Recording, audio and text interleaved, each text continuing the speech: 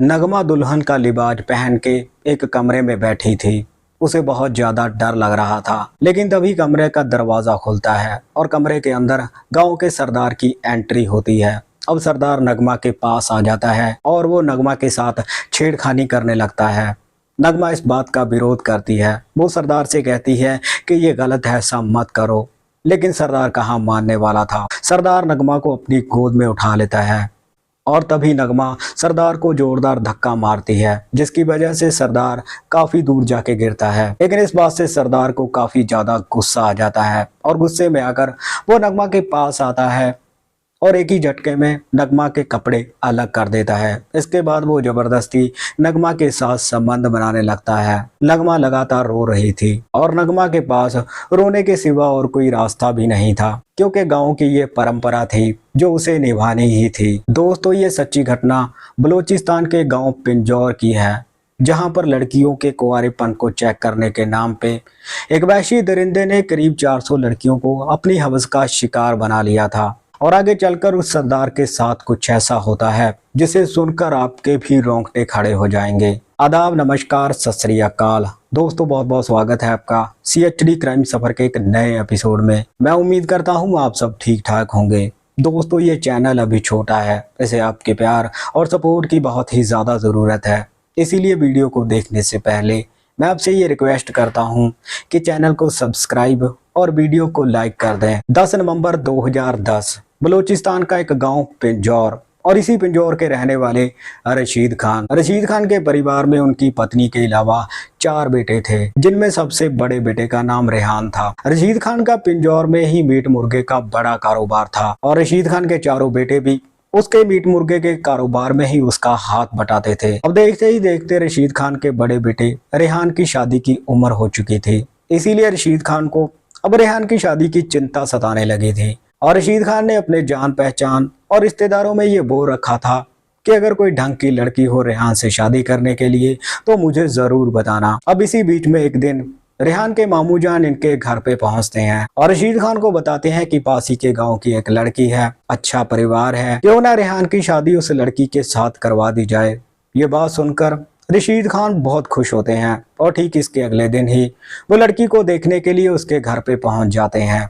लड़की का नाम था मारिया और मारिया दिखने में काफी सुंदर थी, इसीलिए रेहान और उसका परिवार पहली नजर में ही मारिया को पसंद कर लेता है। अब लड़का लड़की एक दूसरे को पसंद कर लेते हैं और इन दोनों की शादी की तारीख पक्की कर दी जाती है। 6 महीने बाद ही रेहान और मारिया की शादी बड़ी ही धूमधाम के साथ करवाई जाती है। अब शादी होने के बाद मारिया दुल्हन का लिबाज पहन के अपने पति रेहान के घर में पहुंचती है। इस शादी से सभी खुश थे, सिवाय एक के, वो था रेहान, क्योंकि रेहान को इस बात का अच्छे से पता था कि आज गांव का सरदार मारिया के कुंवारेपन को चेक करेगा और मारिया के साथ पहली सुहागरात गांव का सरदार ही मनाएगा। ये सब सोच सोचकर रेहान के रोंगटे खड़े हो रहे थे। अब जैसे ही ये बात रेहान मारिया को बताता है तो मारिया के होश उड़ जाते हैं। मारिया रेहान के गले से लग के रोने लगती है और उसे कहती है कि सरदार मेरा कुंवारापन चेक करेगा, वो मेरे साथ पहली सुहागरात मनाएगा, ऐसा कैसे हो सकता है, मैं सरदार के पास बिल्कुल भी नहीं जाऊंगी। लेकिन तभी रेहान मारिया से बोलता है कि अगर मैं तुम्हें सरदार के पास नहीं लेकर जाऊंगा तो सरदार गांव की बिरादरी से हमें अलग कर देगा और गांव वाले हमारा हुक्का पानी बंद कर देंगे। ये तो गांव की एक परंपरा है जो हमें निभानी ही पड़ेगी। अब देखते ही देखते रात हो जाती है और रात होते ही मारिया को दुल्हन का लिबाज पहनाया जाता है। दुल्हन का लिबाज पहनाने के बाद रेहान मारिया को अपने साथ लेकर जाता है और सरदार के घर में छोड़कर वापिस आ जाता है। अब मारिया एक कमरे में बैठकर रो रही थी और अपनी किस्मत को कोस रही थी। तभी कमरे का दरवाजा खुलता है और गांव का सरदार दिलावर खान कमरे के अंदर आता है। दिलावर खान कमरे में अंदर आने के बाद मारिया को घूरता है। मारिया सरदार को देखकर डर जाती है, क्योंकि सरदार दिखने में काफी भयानक था। अब सरदार मारिया को देखकर मूंछों को ताव देता है और उसके पास आकर उसका घूंघट उठाता है।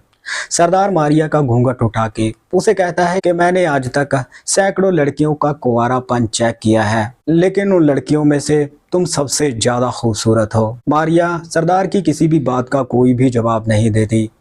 वो लगातार मन ही मन में सरदार से बचने के बारे में सोच रही थी, लेकिन देखते ही देखते वो सरदार मारिया के साथ अश्लील हरकतें करने लगता है मारिया इस बात का विरोध करती है। वो उसे कहती है, खबरदार, अगर तुमने मुझे हाथ भी लगाया तो तुम्हारे लिए अच्छा नहीं होगा। लेकिन तभी सरदार मारिया को गोद में उठा लेता है और उसके कान में कहता है, ये तो गांव की परंपरा है जो तुम्हें निभानी ही पड़ेगी। तभी मारिया सरदार को धक्का मार देती है, जिसकी वजह से सरदार काफी दूर जाके गिरता है।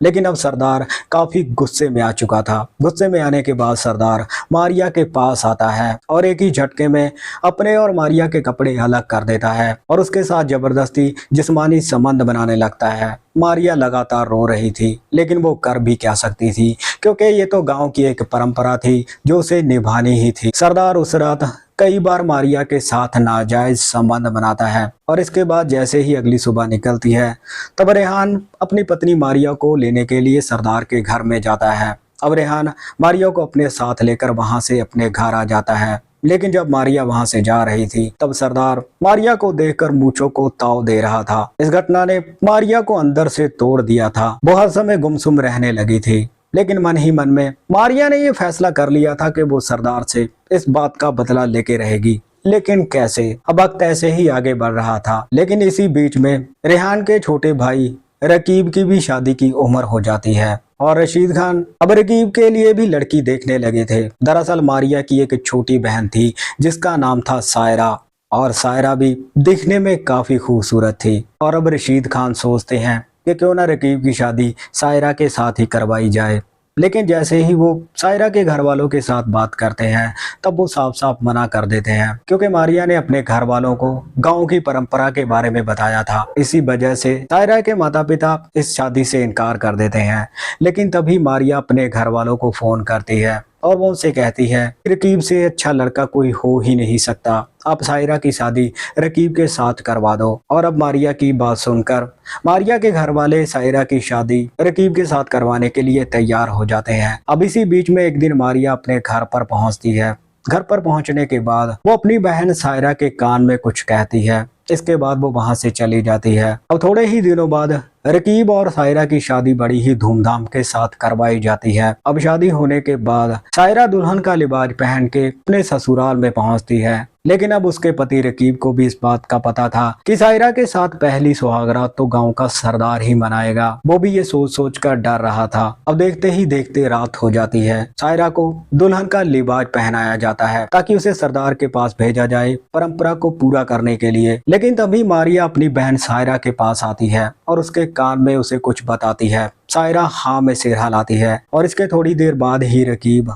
अपनी पत्नी सायरा को सरदार के पास लेकर चला जाता है और सरदार के घर में छोड़ने के बाद रकीब अपने घर वापिस आ जाता है। अब सायरा एक कमरे में बैठकर सरदार के आने का इंतजार कर रही थी। तभी कमरे का दरवाजा खुलता है और कमरे के अंदर दिलावर खान आता है। कमरे के अंदर आने के बाद दिलावर खान सायरा के पास जाता है और उसका घूंघट उठाता है और उसे कहता है कि तुम तो अपनी बहन मारिया से भी ज्यादा खूबसूरत हो। और अब सरदार सायरा से बोलता है कि तुम्हें पता है कि आज तुम्हें एक परंपरा निभानी है। सायरा हाँ में सिर हिलाती है। सायरा मुस्कुराने लगती है और सायरा को मुस्कुराते हुए देखकर सरदार उसे बोलता है कि तुम पहली लड़की हो जो मुस्कुरा रही हो, वरना जितनी भी लड़कियों के साथ मैंने परंपरा को निभाया है, सारी की सारी लड़कियां रो रही थी। लेकिन तभी सायरा सरदार की मूंछों को ताव देने लगती है और सरदार को सायरा का ये अंदाज बहुत पसंद आता है। इसके बाद वो सायरा के साथ छेड़खानी करने लगता है। लेकिन तभी सायरा सरदार से बोलती है कि अभी तो पूरी रात पड़ी है, पूरी रात हम रंगरलियां मनाएंगे, लेकिन इससे पहले थोड़ा थम जाओ, थोड़ा पानी वानी पी लेने दो। तभी सायरा उठती है और पानी का जग उठा लेती है। अब सायरा पानी को मुंह से लगाती है और सरदार की तरफ देख के इशारा करती है कि क्या तुम भी पानी पियोगे। अब सरदार पानी के जग को अपने हाथ में ले लेता है और एक ही झटके में पूरा पानी पी जाता है। लेकिन पानी पीने के आधे घंटे बाद ही सरदार की हालत खराब हो जाती है। वो लगातार उल्टियां कर रहा था। उल्टियां करते करते ही उसके उल्टियों में खून आने लगता है। ये देखकर सायरा खुश हो रही थी और एक घंटे बाद ही सरदार की तड़प तड़प के मौत हो जाती है और पूरे गांव में ये बात फैल जाती है कि रात को सरदार ने कुछ उल्टा सीधा खा लिया था, जिसकी वजह से उसकी मौत हो गई। और अब सायरा का पति रकीब सायरा को लेने के लिए सरदार के घर पर जाता है और सायरा को अपने साथ अपने घर लेकर आता है। अब जैसे ही रकीब सायरा को लेकर अपने घर पे पहुंचता है, तभी मारिया दौड़ती हुई अपनी बहन सायरा के पास आती है और उसके कान में बोलती है कि क्या किसी को शक तो नहीं हुआ। सायरा बोलती है कि नहीं दीदी, आज मैंने एक पापी का अंत कर दिया है। तभी मारिया बोलती है उस पापी का अंत होना बहुत ज़रूरी था, तुमने बहुत अच्छा काम किया है। फिलहाल मारिया और सायरा दोनों अपने परिवार के साथ एक खुशहाल ज़िंदगी जी रही हैं। दोस्तों, ये थी आज की सच्ची घटना। बाकी इस घटना के बारे में आपकी क्या राय है? आप अपनी राय कमेंट सेक्शन में ज़रूर रखिएगा।